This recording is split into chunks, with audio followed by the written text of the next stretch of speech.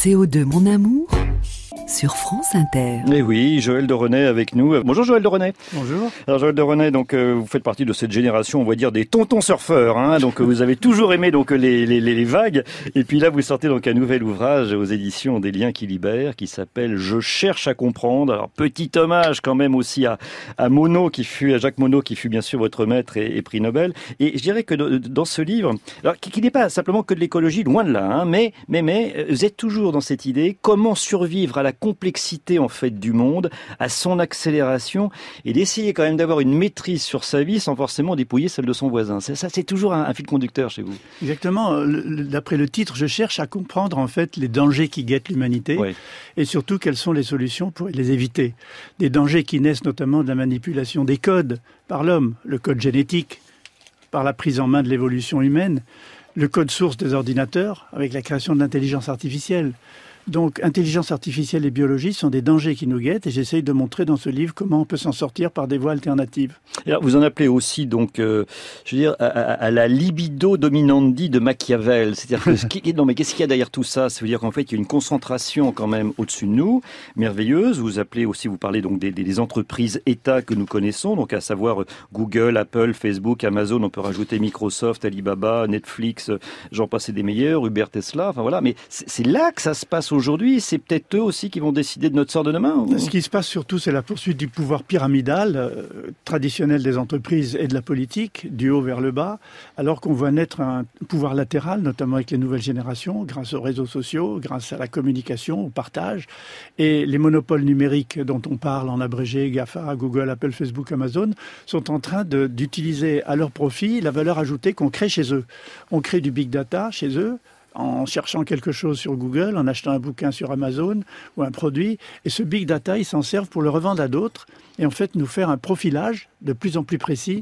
Et là, il y a des risques, parce que je parlais tout à l'heure de la biologie, c'est que les banques de gènes mondiales que Google veut créer sur nos gènes pour aider à prévenir des maladies en comparant des symptômes les uns avec les autres, ça c'est une bonne chose. Mais des milliards de gènes chez Google, ça me crée un problème pour la vie privée et la protection de la vie privée. Donc attention aussi au monopole numérique. Alors, Joël de René, la place, on va dire, de l'écologie. Aujourd'hui, on ne peut pas s'affranchir quand même de lois physiques. On est les uns les autres, on le sait, donc sur une seule terre. On rappelle quand même des petites choses tout à fait simples. C'est que la pensée écologique propose une interprétation de la place de l'humanité au sein de la nature, en termes de limite de la biosphère, de finitude de l'homme, et non pas de son intelligence, hein, et de solidarité avec l'ensemble du vivant. On est parti là-dedans ou bien pas du tout? Progressivement. C'est sûr qu'il y a une prise de conscience mondiale, on l'a vu avec la COP21 et beaucoup d'autres choses. Mais je pense que le numérique aussi peut nous aider. L'explosion du numérique dans le monde peut nous aider à mieux réguler notre environnement, notamment avec les grilles intelligentes qui s'adaptent à l'offre et à la demande, qu'on appelle les smart grids, avec le contrôle de l'énergie par les maisons à énergie positive, avec la possibilité de chacun d'intervenir maintenant. Et c'est possible. Il y a eu le 26 juillet une loi qui est passée permettant, c'est l'EDF qui l'a fait passer, permettant à chacun de produire et de vendre de l'électricité aux autres. Oui. Et donc maintenant, avec la smart grid et des possibilités comme la blockchain qui est un système d'élimination des intermédiaires, on peut se vendre de l'électricité entre nous, ce qui est déjà le cas dans plusieurs pays, notamment à Brooklyn, oui, près de New York. Alors vous appelez à l'avènement d'une démocratie énergétique qui est nécessaire. Vous parlez d'EDF. Oui, bien sûr. En plus, ils ont fait un très bon boulot à la sortie de la guerre. Faut pas tout mélanger aujourd'hui. Mais quand même, les investissements qui vont être nécessaires, c'est-à-dire qu'on est quand même de l'ordre de 200 milliards au total pour assurer la sécurité, le démantèlement des centrales, le stockage. Là, on est parti sur Hinkley Point, là, qu'on va payer tous les uns et les autres. Quoi qu'en dise Monsieur Lévy. Est-ce que c'est compatible aussi avec quand même des énergies renouvelables dans notre pays? Je sais que l'énergie renouvelable dans le monde, c'est différent de ce qui se passe en France, mais quand même. Je ne crois pas que ce soit compatible. Un choix que la France a fait à très long terme, 250 milliards au moins avec, vous l'avez très bien dit d'ailleurs, le stockage, la protection, etc., des produits radioactifs. Le Botox pour aussi rajeunir nos centrales. Exactement, le fait de rajeunir les centrales après Fukushima. Donc tout ceci, ce sont des centaines, 300 milliards éventuellement. Les énergies renouvelables sont beaucoup moins chères et les prix diminuent rapidement. Sauf que on continue à parler des énergies renouvelables. Et vous dites l'énergie? Moi je dis l'énergie renouvelable parce que je ne la considère qu'en mix avec les 3 E, l'énergie renouvelable, les économies d'énergie et l'efficacité énergétique. Les 3 ensemble sont capables d'assurer un baseload, c'est-à-dire une fourniture continue aux entreprises et aux individus, en combinant les énergies alternatives comme le soleil et le vent, avec des ressources permanentes que sont la biomasse, l'hydroélectricité ou la géothermie par exemple. Mais l'art, le tout, c'est d'avoir une vision systémique de l'énergie et une démocratie énergétique permettant à chacun de participer aux économies ou de participer à la production avec des bâtiments à énergie positive.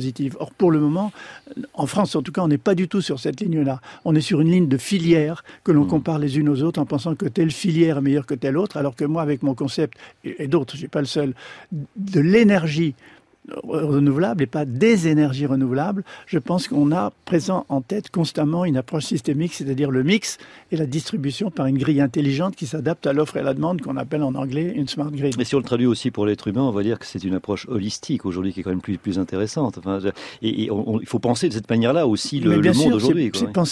C'est l'approche plutôt qu'holistique, j'emploie le terme d'approche systémique, c'est-à-dire on pense l'écosystème dans lequel on se trouve. Et l'écosystème dans lequel on est immédiatement, c'est-à-dire sa maison. Sa maison elle-même dans un écosystème. Et c'est pourquoi les maisons à énergie positive et le mix énergétique va tout changer. Il est en train de tout changer déjà. Moi, j'essaye dans mon livre de rappeler les craintes et les polémiques autour de l'intelligence artificielle et de la robotique. Bill Gates, Elon Musk, Stephen Hawking ont critiqué l'intelligence artificielle en disant qu'elle allait rendre l'humanité esclave. Moi, j'essaye d'expliquer que, d'abord, j'ai moins peur de l'intelligence artificielle que de la bêtise naturelle. Oui. Et j'essaye surtout d'expliquer ce que va être l'intelligence augmentée. Alors, j'explique en 2 mots ce que ça veut dire. Je veux dire que parce que là, on va se lancer, si vous voulez, peut-être entre, d'un côté, on est en train de frôler le transhumanisme d'un côté, et puis l'hyperhumanisme que vous proposez dans votre livre. Alors on y arrive, mais ce que je voudrais dire par l'intelligence augmentée, c'est qu'elle résultera, si on arrive à dominer le numérique d'une certaine manière, de la symbiose entre l'intelligence artificielle en train de naître, les robots en train de naître et l'écosystème numérique qu'on a créé avec Internet et dans lequel on est toute la journée. Bon, cette symbiose peut résulter dans ce que j'appelle une intelligence augmentée collective. Ce n'est pas l'intelligence artificielle, ce sont les hommes qui prennent en main leur intelligence en libérant dans notre cerveau toute une série de fonctions qui aujourd'hui sont occultées par la routine, par la concurrence, par la compétition, etc. Le libido dominandi dont vous parliez tout à l'heure, la volonté de Machiavel, la volonté de pouvoir.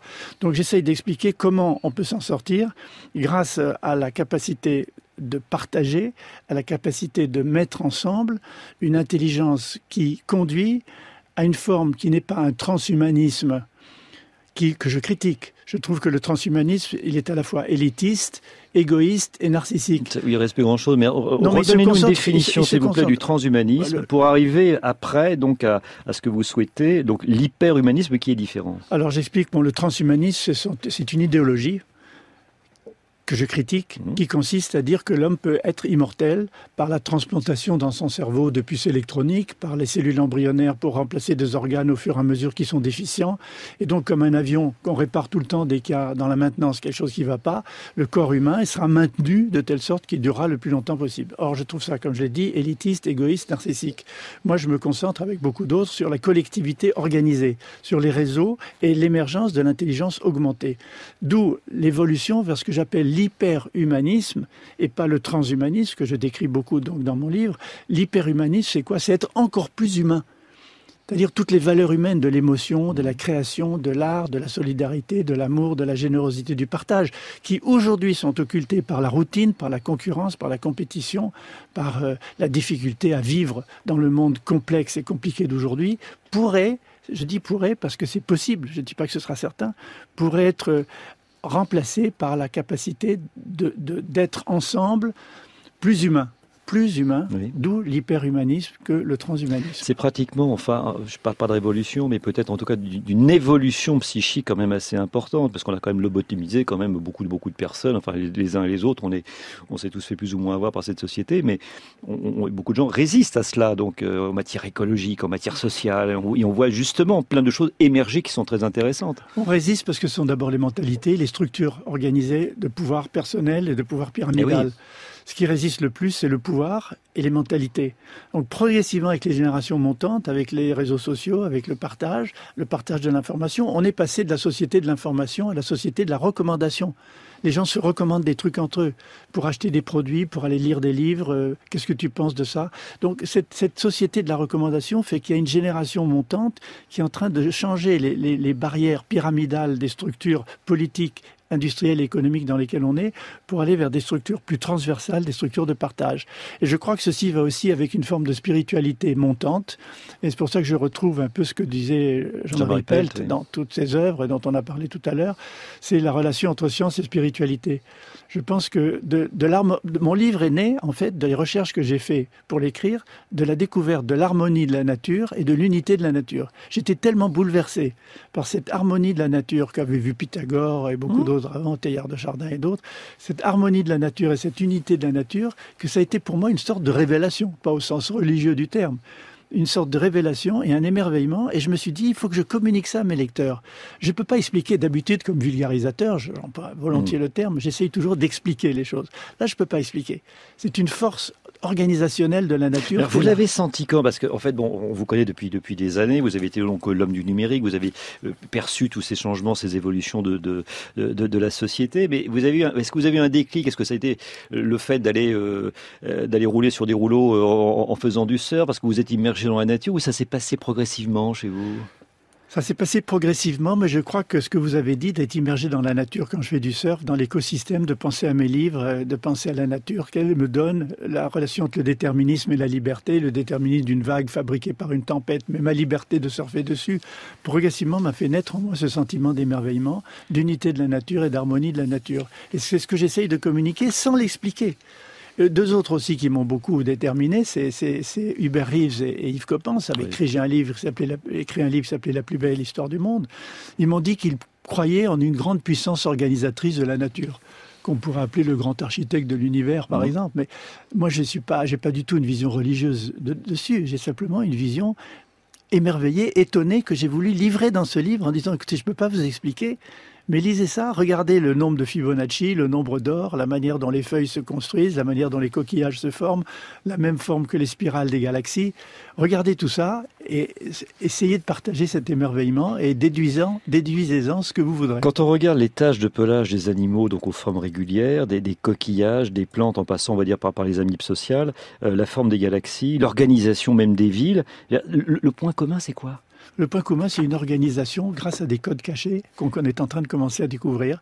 Et ce sont ces codes cachés qui sont à la base de la nature et qu'on est en train, nous, de modifier pour fabriquer des codes humains qui conduisent à l'intelligence artificielle et à la robotique en concurrence avec ce que nous sommes, nous, humains. C'est ça que j'essaye de décrire dans mon livre et sur lequel j'essaye de résister. On voit, Joël de Renet, quand même beaucoup de choses qui bougent, alors que ce soit les réseaux, évidemment, mais la mise en relation, elle est de plus en plus forte, quoi, quand même. C'est passionnant. Enfin. Elle se voit surtout dans l'économie circulaire et l'écologie industrielle maintenant. La mise en relation dans les entreprises de toute une série de systèmes qui étaient jadis séparés. J'ai dit que les mots-clés de mon livre, c'était le mot code. Le mot code, c'est le mot-clé du livre. Et alors, il y a des codes, le code civil, le code des impôts, le code pénal, le code du travail, le digicode. Mais il y a aussi une façon de s'auto-programmer par des boucles de feedback. Une boucle de feedback, c'est une boucle de rétroaction qui renvoie de l'information de manière circulaire dans l'entreprise. Elle peut se programmer comme ça. C'est ce que font beaucoup d'entreprises dans le monde maintenant. Ça va de Lévi-Strauss à Orange, qui vient de s'associer à la fondation d'Hélène MacArthur sur l'économie circulaire. Vous avez fait d'ailleurs une préface d'un très bon bouquin, New Dynamic 2, donc d'Hélène MacArthur. Un bouquin qui a un succès mondial maintenant, le livre d'Hélène MacArthur, cette navigatrice qui en 2004 a fait le tour du monde sans équipage. Mais beaucoup de gens, Ikea, c'est peut-être Amazon... parce qu'elle a bouclé aussi physiquement, vous voyez, elle a fait son tour du monde. Complètement, elle a ressenti ça. Ikea, Amazon, La Poste, Orange, Michelin sont dans l'économie circulaire. Ça veut dire quoi? Ça veut dire que l'économie linéaire, c'est produire, utiliser, jeter.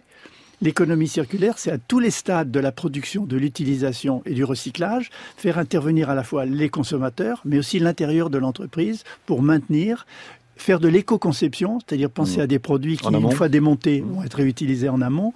Tout ceci change complètement notre relation à l'environnement et c'est encore une fois, grâce au numérique, ce que j'essaye de bien décrire dans le livre, dans les futures villes intelligentes, que nous allons pouvoir réguler ces feedbacks qui permettent l'économie circulaire. Alors ça, ce sont à la fois les hommes et les entreprises qui prennent cette affaire en main avec les citoyens, mais il faut peut-être aussi quand même des lois, c'est là que ça devient un peu lourd, pour arriver à mettre en place tout ça, en tout cas ouvrir davantage. Alors ça commence. Mais... Les lois, c'est une chose, mais pouvoir réglementer, réguler, contrôler et punir ceux qui ne les respectent pas, a montré que ça avait aussi de nombreux inconvénients. L'important, c'est de faire, Voilà. c'est-à-dire de catalyser. Mon grand terme en politique et dans l'industrie, c'est la catalyse, c'est-à-dire la capacité de donner aux gens les moyens, les ressources humaines et techniques pour faire les choses eux-mêmes au niveau auquel ils se trouvent. Donc les lois, oui, mais la catalyse intelligente, encore mieux. Grand merci à tous. Merci à Camille Blanes, à Xavier Pestugia, Muriel Pérez, Anne Gouzon qui nourrit les sites. On se retrouve la semaine prochaine.